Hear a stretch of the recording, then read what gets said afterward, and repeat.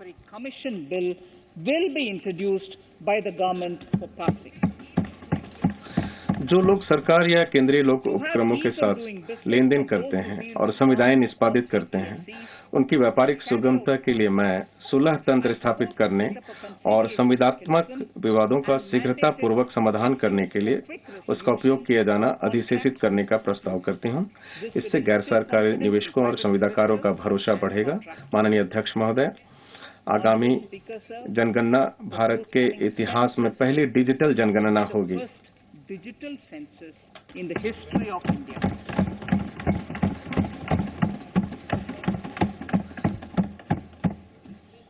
For this monumental, इस अत्यंत महत्वपूर्ण एवं मील का पत्थर साबित होने वाले कार्य के लिए मैंने वर्ष 2021-22 में 3,768 करोड़ रुपए आवंटित किए हैं।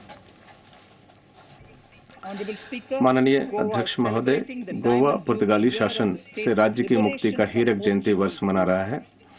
भारत सरकार की ओर से मैं गोवा सरकार को आयोजन के लिए 300 करोड़ रुपए का अनुदान देने का प्रस्ताव करती हूं। मैं चाय श्रमिकों, विशेषकर असम और पश्चिम बंगाल में महिलाओं और उनके बच्चों के कल्याण के लिए 1,000 करोड़ रुपए उपलब्ध कराने का प्रस्ताव करती हूं। उसके लिए एक विशेष योजना बनाई जाएगी।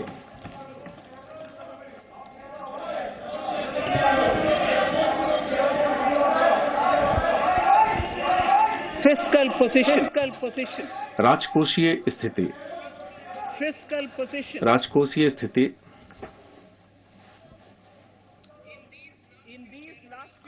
मेरे भाषण के भाग क के इन अंतिम कुछ एक अनुच्छेदों में मैं इस प्रतिष्ठित सदन का ध्यान इस तथ्य की ओर दिलाना चाहूंगी कि चालू वित्तीय वर्ष की शुरुआत में अर्थव्यवस्था पर महामारी के प्रभाव के परिणाम स्वरूप राजस्व का अंतर्वाह फीका रहा।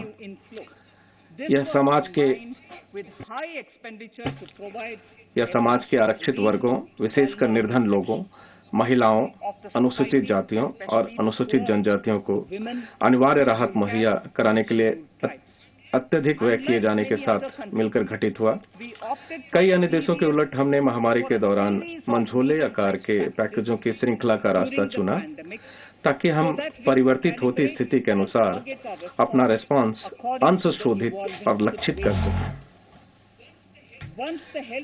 जैसे ही स्वास्थ्य स्थिति स्थिर हुई और लॉकडाउन धीरे धीरे उठाया जाने लगा, हम सरकारी खर्च बढ़ाने में लग गए ताकि घरेलू मांग में प्राण डाली जा सके।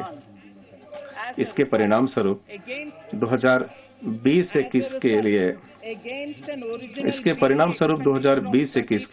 30.42 लाख करोड़ रुपए के कुल बजट अनुमान व्यय की तुलना में हमारा जो संशोधित अनुमान आकलन का 74.50 लाख करोड़ रुपए है।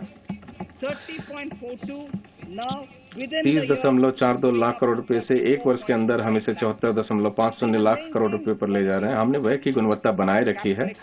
पूंजीगत व्यय के बजट अनुमान 2020-21 में 4.12 लाख करोड़ रुपए की तुलना में संशोधित अनुमान 2020-21 में 4.3 लाख करोड़ रुपए होने का आकलन किया गया है। संशोधित अनुमान 2020-21 में राजकोषीय घाटा जीडीपी के संशोधित अनुमान 2020-21 में राजकोषीय घाटा जीडीपी के 9.5% पर निर्धारित किया गया है। हमने इसका सरकारी उधारियों, बहुपक्षीय उधारियों, 9.5% of GDP. We have funded this through government borrowings, multilateral हमने borrowings, इसका सरकारी उधारियों, बहुपक्षीय उधारियों, लघु बचत निधियों और अल्पावधि उधारियों के माध्यम से निधियन किया है। हमें और 80,000 करोड़ रुपए की जरूरत पड़ेगी, जिसके लिए हम इन 2 महीनों को बाजार से संपर्क करेंगे, यह सुनिश्चित करने के लिए कि अर्थव्यवस्था को जरूरी ताकत मिल सके। 2021-22 में व्यय के लिए हमारा बजट अनुमान आकलन 74.83 लाख करोड़ रुपए है। 34.83 lakh crores. This includes 5.54 इसमें पूंजीगत व्यय के रूप में 5.54 54 लाख करोड़ रुपए शामिल है। इस तरह 2020-21 के बजट अनुमान आंकड़ों पर 34.5% की वृद्धि हुई है। बजट अनुमान 2021-22 में राजकोषीय घाटा जीडीपी का 6.8% होने का अनुमान है।